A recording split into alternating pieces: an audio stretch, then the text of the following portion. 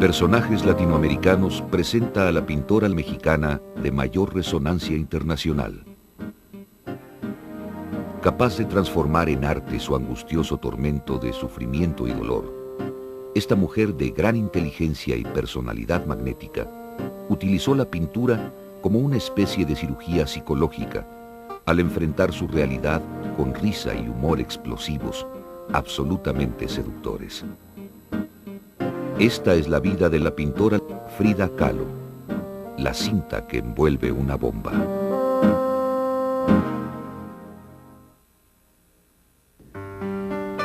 Mis cuadros son como las fotografías de mi padre para ilustrar calendarios, con la única diferencia de que yo pinto los calendarios que se encuentran dentro de mi cabeza, en lugar de representar la realidad exterior.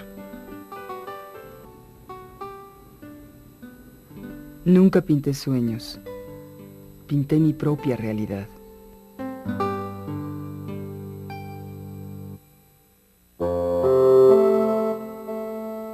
Magdalena Carmen Frida Kahlo y Calderón nació el 6 de julio de 1907 en Coyoacán, un pueblo situado a las afueras de la gran capital mexicana. Su padre, Guillermo Kahlo, era un reconocido fotógrafo de origen alemán, quien después de haber enviudado y con 2 hijas pequeñas, se apresuró a contraer matrimonio con la madre de Frida, Matilde Calderón. De este segundo matrimonio nacieron 4 mujercitas más: Matilde, Adriana, Cristina y Frida. La familia Kahlo contaba con una posición económica bastante acomodada. Guillermo Kahlo era un fotógrafo contratado por el gobierno del dictador Porfirio Díaz. El padre de Frida fue comisionado para viajar por todo el país fotografiando edificios y monumentos históricos.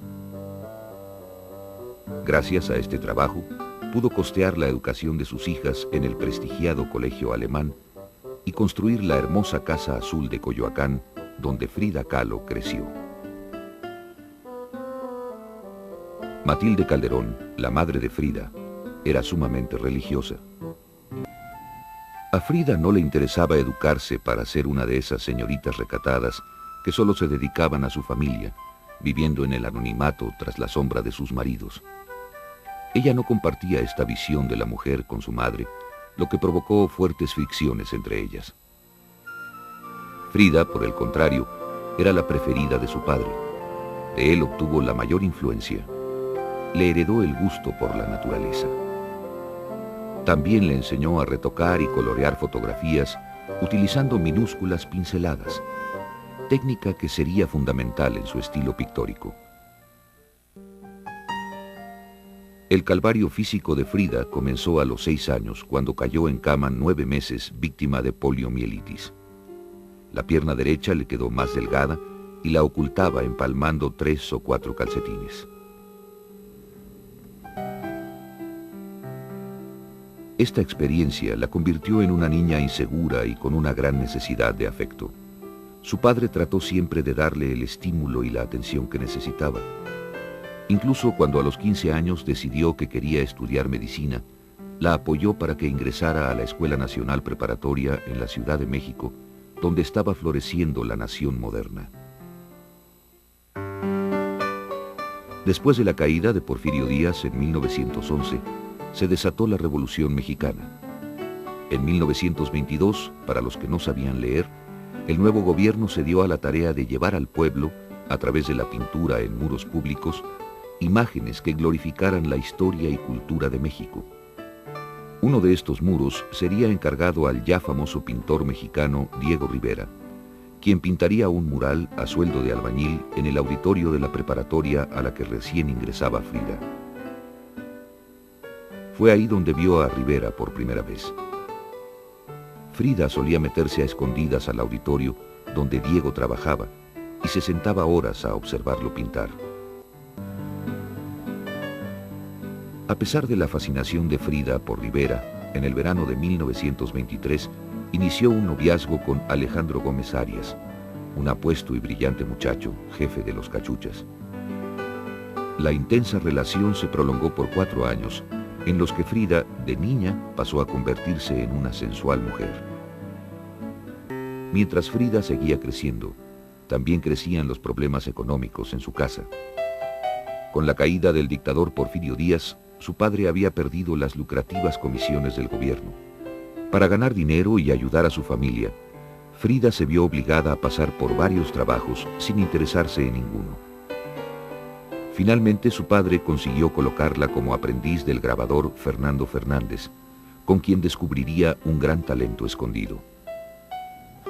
Comenzando apenas a vivir, esta muchacha de 18 años, llena de energía, pronto iba a sufrir una terrible tragedia con consecuencias catastróficas que la seguirían por el resto de su vida. La tarde del 17 de septiembre de 1925, el camión en el que viajaba Frida con destino al pueblo de Coyoacán chocó con un tranvía. El camión se partió en dos y el cuerpo de Frida quedó destrozado. Mentiras que uno se da cuenta del choque. Mentiras que se llora. En mí no hubo lágrimas. El choque nos botó hacia adelante y a mí el pasamanos me atravesó como la espada a un toro. Las consecuencias del choque fueron desastrosas. El hombro izquierdo fuera de lugar, 2 costillas rotas, 3 fracturas en la columna vertebral, 3 fracturas en la pelvis, 11 fracturas en la pierna derecha y el pie derecho dislocado y aplastado. Desde este momento el dolor y la lucha contra este se convertirían en los temas centrales de la vida de Frida. Después de pasar un mes hospitalizada luchando por su vida, siguió un largo periodo de recuperación en su casa. Casi inmovilizada a causa del corsé de yeso que debía utilizar, Frida comenzó a pintar. Me aburría muchísimo allí en la cama. Por eso decidí hacer algo. Robé unas pinturas al óleo de mi padre y mi madre me mandó a hacer un caballete especial puesto que no me podía sentar. Así empecé a pintar. Sus primeros retratos muestran una fuerte influencia de la pintura renacentista italiana, especialmente de Botticelli. El primer autorretrato lo hizo en 1926 como regalo para Alejandro, su novio, quien se mantenía cada vez más alejado de ella. Pintó este cuadro como un intento por retener a la persona que más amaba. No lo consiguió. Pintar se convirtió en el arma con la que pelearía sus más duras batallas, las del amor y las de sus terribles padecimientos físicos que no la abandonarían nunca. Para 1928, Frida Kahlo se encontraba recuperada del accidente. Sin embargo, la ilusión de convertirse en médico se había esfumado y nunca regresó a la escuela. Continuaba pintando en su casa. A sus 21 años era ya una mujer con una clara postura política, seriamente comprometida con sus ideales. Simpatizaba con el Partido Comunista, portaba camisas rojas y distintivos del partido y asistía a sus reuniones. Fue precisamente en una de estas reuniones, a través de la fotógrafa Tina Modotti, que probablemente conoció a Diego Rivera, aunque a ella le gustaba contar la historia de su primer encuentro de otra forma. Sufrí 2 accidentes en mi vida. El primero ocurrió cuando me atropelló un tranvía. El otro accidente es Diego. Con esta misma intensidad de sentimientos vivían también momentos de profundo amor. Diego le escribía cartas encantadoras en las que la llenaba de besos y la llamaba la niña de mis ojos. Frida, por su parte, vivía para Diego. Le gustaba tener la casa muy limpia y le hacía que le cocinaran sus platillos preferidos. A Rivera siempre le gustó que Frida vistiera los trajes típicos de las mujeres indígenas de México. Entre los preferidos de Frida estaba el que usaban las mujeres del Istmo de Tehuantepec, una comunidad organizada por un matriarcado. Frida llamaba mucho la atención con sus trajes y su vistosa joyería, especialmente en Estados Unidos, donde pasó los siguientes 4 años debido a los múltiples encargos ofrecidos a su esposo y en donde comenzó a descubrir ese mundo de imágenes por las que hoy es tan admirada y reconocida. Frida Kahlo llegó con Diego Rivera a San Francisco en noviembre de 1930. Desde su llegada, él se dedicó enteramente a su trabajo y por supuesto a sus modelos, asistentes y admiradoras. Los problemas entre ellos continuaron. Fue una verdadera fortuna para Frida contar con la amistad del Dr. Eloeser, un médico de San Francisco que había conocido en México y que sería no solo su confidente sentimental, sino también su mayor apoyo como consejero médico hasta el final de sus días. Dejando los trastornos sentimentales a un lado, Frida toma de nuevo el pincel y produce un cuadro con el que revela su universo fantástico. En un retrato que pinta al año y medio de casada, Frida representa a Rivera como un gran artista. El arte siempre sería para él su pasión, y ella, pequeña a su lado, tomaría el papel de la amorosa esposa del genio. A pesar de que en Estados Unidos Frida estaba ya creando obras importantes con un estilo más definido, no se sentía todavía segura como pintora.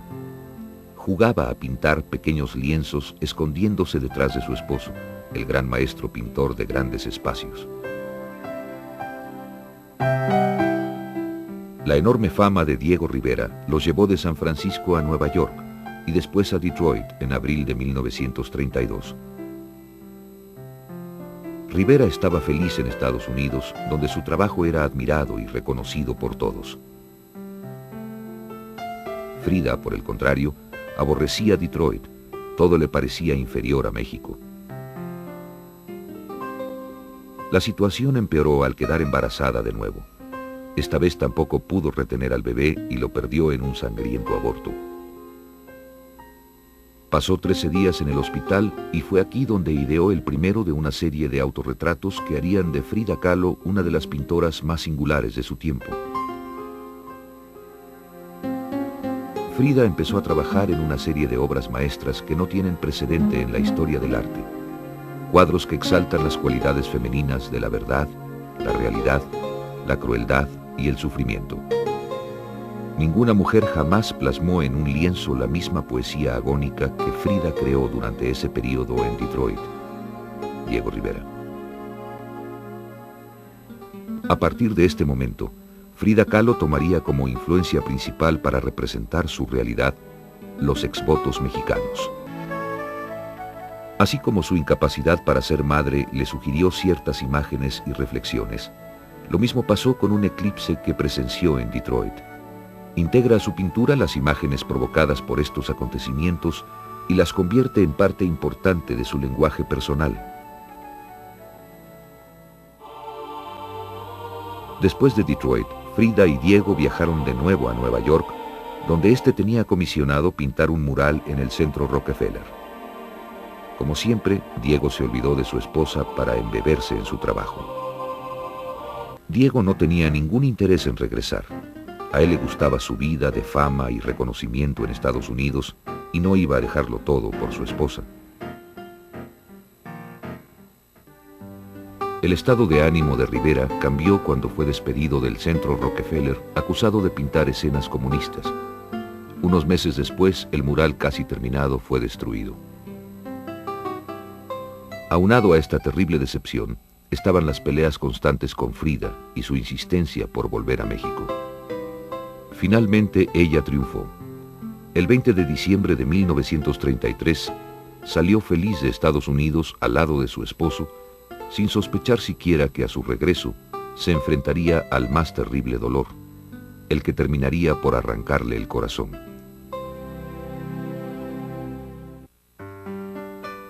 En 1933, después de pasar 4 años en Estados Unidos, Frida Kahlo y Diego Rivera regresaron a México a una moderna casa que habían construido en San Ángel, un pueblo a las afueras de la capital. El diseño de la elegante residencia, realizado especialmente para ellos por el arquitecto y pintor Juan O'Gorman, satisfacía plenamente las necesidades de la pareja en esa época. Eran 2 casas completamente independientes, cada una con su estudio y unidas solamente por un puente. En una viviría Diego y en la otra Frida.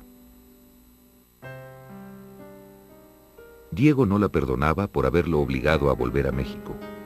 Su matrimonio no marchaba bien y los problemas de salud de Frida regresaron. Los padecimientos físicos que la afectaban tanto estaban íntimamente relacionados con los sentimentales. Mientras Diego se portaba bien con Frida y le daba la atención que necesitaba, su salud mejoraba. En cambio, cuando no la atendía, eso la afectaba mucho y enfermaba. Pero no fueron los dolores físicos los que más la dañaron.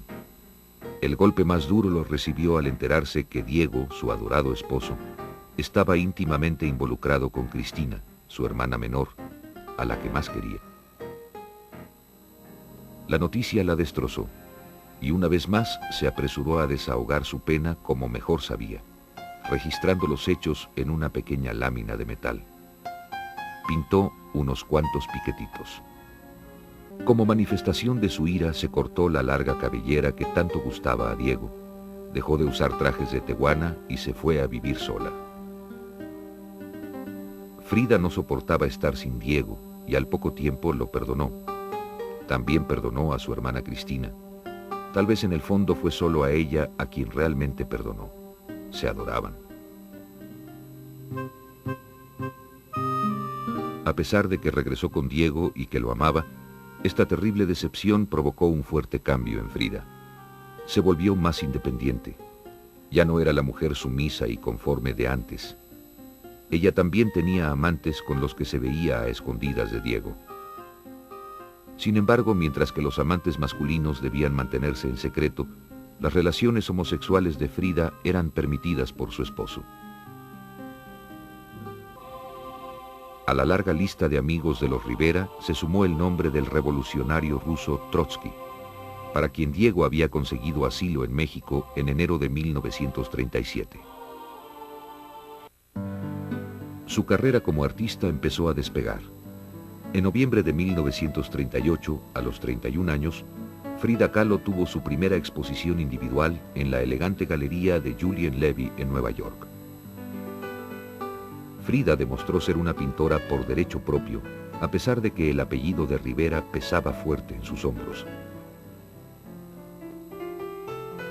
Después del éxito en Nueva York, viajó a París, invitada por André Breton, padre del surrealismo, quien al conocer su obra, inmediatamente la catalogó como surrealista. No sabía que era surrealista hasta que André Breton me lo dijo. Lo único que sé es que pinto porque necesito hacerlo. Y siempre pinto todo lo que pasa por mi cabeza.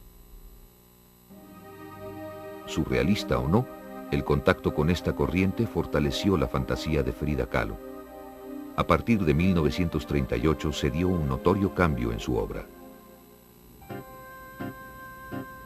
En ese tiempo todavía era muy difícil para una mujer ser pintora y a consecuencia, en la exposición de París, Frida no obtuvo éxito financiero. Sin embargo, el gobierno francés le compró un cuadro, El Marco. Hasta entonces, ninguno de los grandes pintores mexicanos de la época había sido honrado con esta distinción. Durante su estancia en París, conoció grandes personalidades del mundo del arte, entre ellos Picasso, quien como muestra de afecto le regaló unos aretes en forma de mano. El reconocimiento y el hecho de que ya estaba vendiendo cuadros dieron a Frida una mayor seguridad e independencia. Frida estaba confundida en sus sentimientos hacia Diego. Durante el tiempo que pasó fuera de México, tuvo una aventura con Nicholas Murray, un exitoso fotógrafo de ascendencia húngara, a quien ella decía amar. A pesar de que su romance con Murray era cosa seria, tampoco éste fue capaz de eliminar la presencia de Rivera en el corazón de Frida. Al poco tiempo de su regreso a México, la relación con el fotógrafo terminó. Al llegar a su país y con su matrimonio desbaratándose, Frida se instaló en la Casa Azul de Coyoacán, que Trotsky ya no ocupaba. Diego se había percatado de la nueva fortaleza adquirida por su esposa y pensó que este sería el mejor momento para hablar de divorcio. Para finales de diciembre de 1939, Frida Kahlo y Diego Rivera estaban legalmente divorciados. Como era de esperarse, ella sufrió una terrible depresión. Fue durante este doloroso período que Frida creó la que quizás sea su obra más conocida, Las dos Fridas.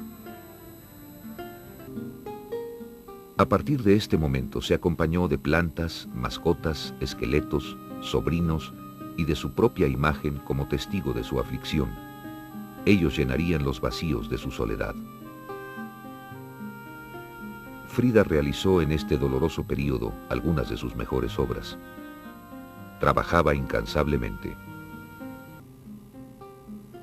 Nunca estuvieron realmente separados. Frida no dejó de cuidar a Diego. Le ayudaba con su correspondencia y en asuntos de negocios. Él, por su lado, se preocupaba mucho por el decaído estado de salud de su exesposa. Entre 1939 y 1940, Frida pasó largas temporadas enferma. Desarrolló una infección de hongos en la mano derecha y sufría dolores insoportables en la espina dorsal. Estaba tan desesperada y deprimida que comenzó a beber mucho. Acostumbraba tomar hasta una botella de brandy diaria. Bebía porque quería ahogar mis penas, pero las malvadas aprendieron a nadar.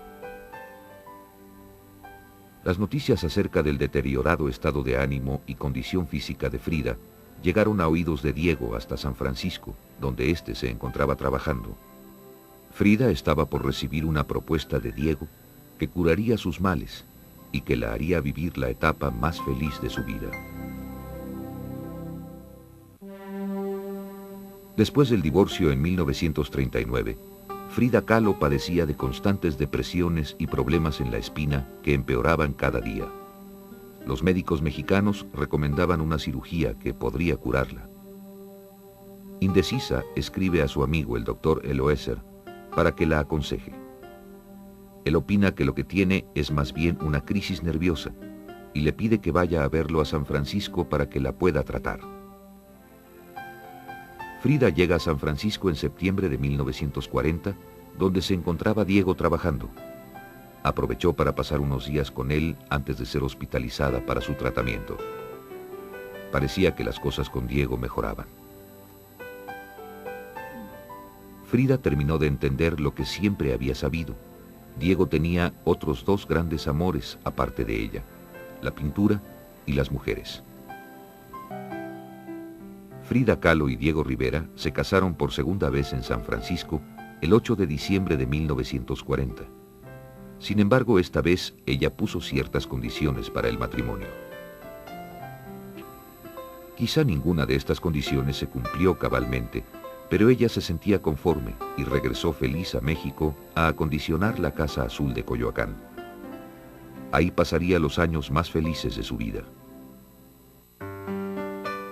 Su relación marital cambió. Entraron en una rutina que los hacía felices a los dos. Diego hacía su acostumbrada vida en la casa de San Ángel, que conservó como estudio, mientras que en la de Coyoacán vivían los dos en armonía. Sencillamente disfrutaban del placer de convivir y amarse, sin importar nada más. Frida se sentía contenta. Además de haber solucionado su vida sentimental, su profesión artística empezaba a tomar auge. La década de los 40 fue de grandes éxitos profesionales para ella. Participó en importantes exposiciones en México, San Francisco, Boston y otras ciudades de Estados Unidos. Además obtuvo encargos gubernamentales y privados. La escena artística en México estaba cambiando para favorecer a los pintores de caballete. Los muralistas ya no eclipsaban a los nacientes pintores. En mayo de 1946, antes de cumplir 39 años, Frida viajó a Nueva York para someterse a una complicada cirugía. Esta operación le ofrecía una nueva esperanza, la oportunidad para finalmente vencer la agotadora batalla contra sus enfermedades y aliviar sus padecimientos de una vez por todas.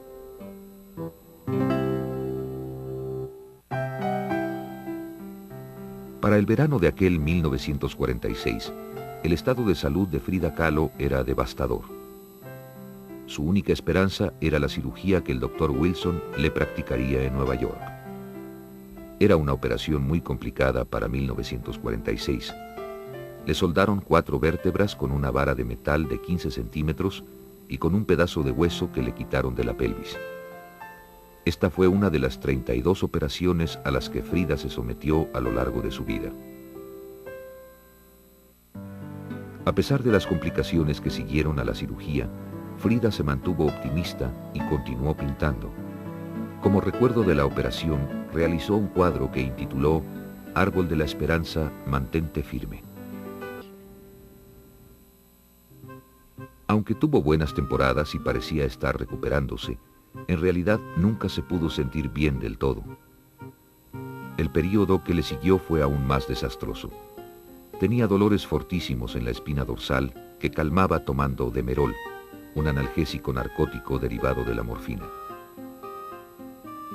También desarrolló anemia y volvió a brotarle la infección de hongos en la mano derecha. Además padecía de falta de circulación en la pierna derecha. Todo esto llevó a su hospitalización en 1950 y no sería dada de alta hasta un año después. Durante su estancia en el hospital, Frida continuó pintando con ayuda de un caballete especial que le permitía trabajar acostada. Diego era muy cariñoso con ella y trató de hacer su estancia lo más placentera posible. Además de las banderas y palomas de la paz que ahora adornaban sus cuadros, había algo distinto en su obra que antes no se observaba. Hubo un cambio en el estilo de las naturalezas muertas que pintó en 1952. Se volvieron agitadas y salvajes. No muestran detalles tan refinados y limpios como los de su trabajo anterior. Era obvio que el final estaba cerca. Fue por ello que en 1953 su amiga Lola Álvarez Bravo se apresuró a organizar una exposición exclusiva de Frida Kahlo en su Galería de Arte Contemporáneo. Hasta entonces solamente se le habían hecho exposiciones en el extranjero. Sería la primera para la artista en su país natal, lo que constituía un gran triunfo que ayudaría a aligerar las derrotas sufridas con su enfermedad. Fue todo un suceso. Más de 200 invitados abarrotaron el lugar. 4 meses después de la exposición, Frida sufrió un terrible golpe. La gangrena que padecía en la pierna derecha estaba ya muy avanzada. No quedaba otra alternativa y en agosto de 1953 le amputaron la pierna. Pasaba mucho tiempo en cama con una enfermera cuidándola día y noche. Cuando se daba ánimos para pintar, lo hacía amarrada a una silla con una faja para sostenerle la espalda. Esto le permitía trabajar en su estudio, pero solo por ratos cortos, antes de rendirse a los insoportables dolores. El 2 de julio de 1954, recuperándose aún de una bronconeumonía, asistió a una manifestación política. Esta fue la última vez que se le vio en público. Ella sabía que la muerte estaba cerca. Escribió en su diario unos días antes: «Espero alegre la salida y espero no volver jamás. Frida». Murió unos días después de haber cumplido 47 años, el 13 de julio de 1954. Como causa de su muerte se estableció embolia pulmonar. Pero algunos no descartan la posibilidad de que haya sufrido una sobredosis involuntaria de medicamentos.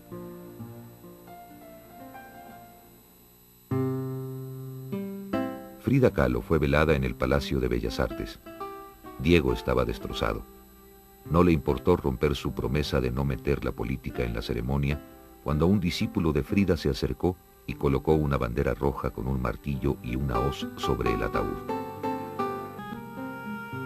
La cremaron y sus cenizas se encuentran en la Casa Azul de Coyoacán, que Diego Rivera donó al pueblo mexicano en 1955 y que ahora aloja el Museo Frida Kahlo. Su deseo era perpetuar el recuerdo de su más admirada artista, de quien había declarado: «Frida Kahlo es el más grande de los pintores mexicanos.